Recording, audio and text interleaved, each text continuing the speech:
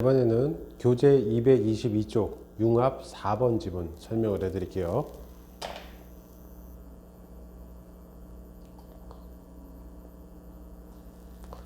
지금 우리 이쪽 지문에서는 사고 실험에 대한 얘기가 나옵니다. 가상의 각본을 설정하고 어떤 주장을 끌어낸다. 그냥 머릿속에서 속으로 생각하는 거, 이거라고 생각하시면 됩니다. 사고 실험을 실험이라 부르는 것은 과학자들이 실제로 하는 실험과 똑같기 때문이다. 실험처럼 가상 상황을 설정을 하고 여러 변수들을 바꿔보고 여러 가지 변수가 나오고, 그러니까 지금 상황 설정, 변수 바꾸기, 그 다음에 어떤 일이 일어날지 이런 것들을 생각하는 게 다 과학이 하는 실험과 똑같다는 얘기입니다. 과학자들이 경험적으로 실험을 하는 것과 달리 사고 실험은 뭐와 달리가 나왔으니까 과학 실험과 사고 실험의 차이점이 나오네. 그러니까 앞에 쪽에서는 공통점 나왔고요. 여기까지가. 그 다음에 여기서부터는 과학 실험과 사고 실험의 차이점이 나오네. 순전히 생각만으로 실험을 진행한다. 이게 가장 큰 차이점이 되겠다.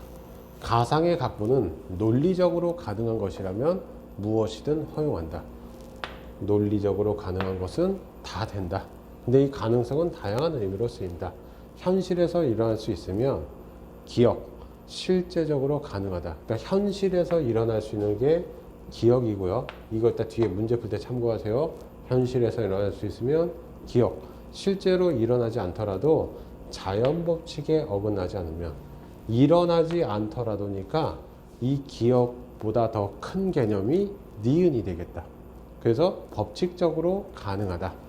그 다음에 디귿은 법칙적으로 가능하지 않더라도, 다 이런 식으로 되어 있지. 그래서 이렇지 않더라도 이러면 무엇이고, 이렇지 않더라도 이게 되면 무엇이고, 이런 식으로 되어 있어요. 그게 기억, 니은, 디귿, 그 관계 따지는 문제, 이거였습니다.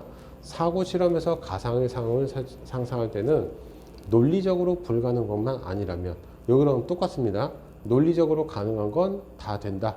불가능한 것만 아니라면 어떤 것이든 가능하다. 똑같은 얘기로 마무리가 되네요. 그 다음 두 번째 문단 보겠습니다.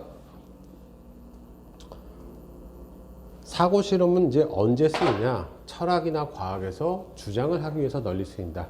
그래서 이제 요거를 사례로 들었네. 갈릴레이의 자유낙하 실험도 피사의 사탑에서 실제로 한 게 아니라 사고 실험이구나. 갈릴레이는 물체의 낙하 속도는 물체의 질량에 반비례한다는 이 아저씨, 이거를 반박하기 위해서 사고 실험을 했다. 그게 뭐냐면은 두 물체를 끈으로 묶은 거야. 무거운 애랑 가벼운 애랑 끈으로 묶어서 높은 곳에서 떨어뜨렸을 때 아리스토텔레스의 이론에서 모순된 결과가 나온다. 그게 뭐냐면은 이렇게도 될 수 있다는 얘기야. 중간 속도로 떨어질 수도 있다. 그러니까 무거운 물체가 떨어지는 속도를 늦추기 때문에 하나로 묶인 물체는, 그러니까 이게 가벼운 물체랑 무거운 물체랑 두 개를 묶어 놓으면 묶이기 전에 물체들이 중간 속도로 떨어진다. 왜냐면은 가벼운 게 무거운 거 떨어지는 속도를 늦추기 때문에. 이렇게도 될 수 있다고 하고, 하나로 묶인 물체는 묶이기 전에 물체보다 무거워지지. 그러니까 이거 두 개의 무게 합을 생각한 거야. 이게 두 개가 더 합을 하면 더 무거워진다. 이게 두 번째 생각이고, 방금 봤던 첫 번째는 중간 속도는 얘가 방해를 한다는 얘기고. 그래서 물체가 떨어지는 속도는 물체의 질량과는 상관이 없다. 이렇게 사고 실험으로 결론을 내렸다. 이게 이쪽 문단 내용이었습니다. 그 다음 문단 볼게요. 사고 실험은 실제로도 불가능할 뿐만 아니라 법칙적으로 불가능한 것을 상상하는 일이 많기 때문에 쓸모없다는 비판을 받는다. 그 이유는 여기죠. 때문이다. 가상의 상황이 성립할 수 없거나 자연 법칙에 어긋난다면 합당한 근거로서 받아들일 수 없다. 그러니까 두 가지 때문에 비판을 한다. 그러나 사고 실험에서 가상 상황은 어떤 이론을 지지하기 위한 증거의 역할만 한 것이 아니다. 그러니까 이것만을 위한 것은 아니다 했으니까 일단 기본적으로 얘가 들어가죠. 그러니까 사고 실험을 하는 이유 첫 번째는 어떤 이론을 지지하기 위한 것이다. 그 증거 역할을 한다는 게 1번이고, 그 다음에 2번은 모순이나 불합리한 점을 지적하는 목적. 그 다음에 세 번째는 특정 이론을 드러내거나, 그러니까 전혀 몰랐던 사실을 새롭게 드러내거나 모호했던 생각을 분명하게 하려는 목적도 있다. 그러니까 사고 실험의 목적은 총 세 가지로 나왔네요. 그 다음에 이제 악마 사고 실험이 있습니다. 이게 뭐냐면은 전지전능한 악마가 우리가 무엇인가 믿을 때마다 우리를 속이는 것이 가능하기 때문에 우리의 지식은 정당화되지 않는다는 회의론이 타당할 수 있다. 그러니까 결국 이거지. 회의론이라는 것은 끊임없이 의심한다는 얘기거든. 어떤 이론 A가 주어졌을 때 그게 맞아? 라고 의심하는 이론 B가 나오고, 혹은 B가 맞아? 라고 하는 이론 C가 나오고, 이렇게 계속 의심을 하는 이론이 타당할 수 있다고 말한다는 거야. 그 이유는 뭐다? 만약에 전지전능한 악마가 있다면, 이렇게 얘기를 하는 거야. 그 다음 볼게요. 근데 지금 전제로 한 게 전지전능한 악마가 있어야 된다는 거야. 그래서 만약에 전지전능한 악마가 가능하지 않다고 한다면 이 악마 사고 실험은 회의론을 지지하는 근거가 될 수 없다는 비판이 나올 수 있다는 얘기야. 일단 기본적으로 악마가 있어야 되는데 만약에 악마가 없다면 회의론 지지하는 근거가 될 수가 없다. 하지만 그렇다고 하더라도 이 악마 사고 실험은 회의론이 타당하지 않은지 다시 한번 생각해보는, 그러니까 회의론 자체에 대해서 한 번 더 생각해 보게 되는 계기가 된다. 그리고 또 현대에 들어서 컴퓨터에 의해서 가상현실이 가능해지니까 악마가 우리를 속이는 것이 가능할 수도 있는 상황이 올 수도 있다는 얘기입니다. 그 다음 실험은 뭐냐면요, 이겁니다. 고양이 사고 실험.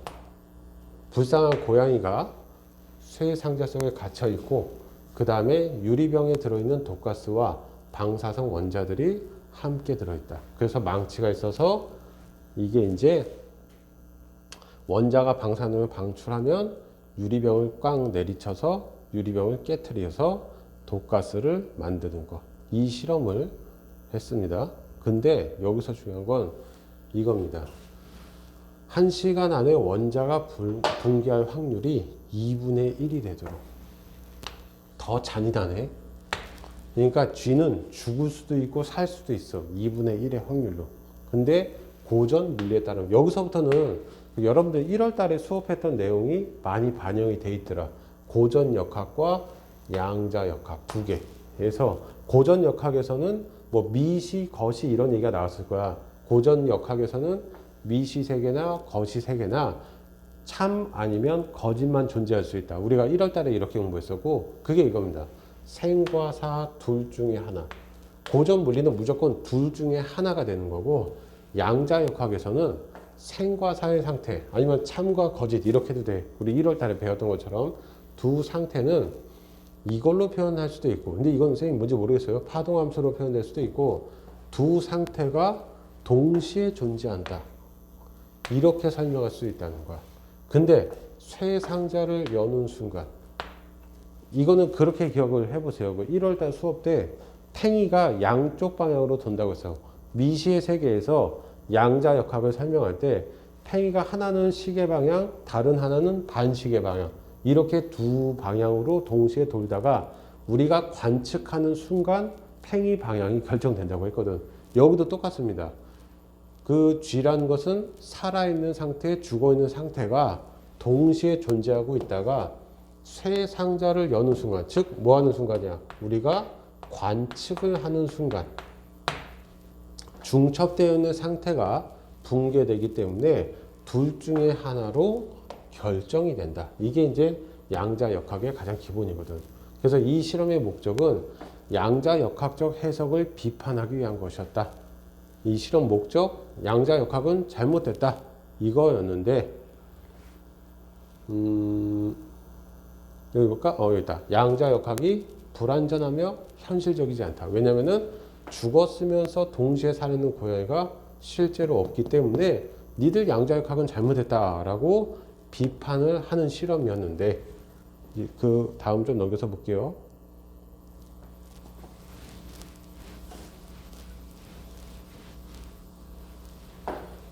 아인슈타인도 똑같은 입장이야. 신은 주사위 도리를 하지 않는다.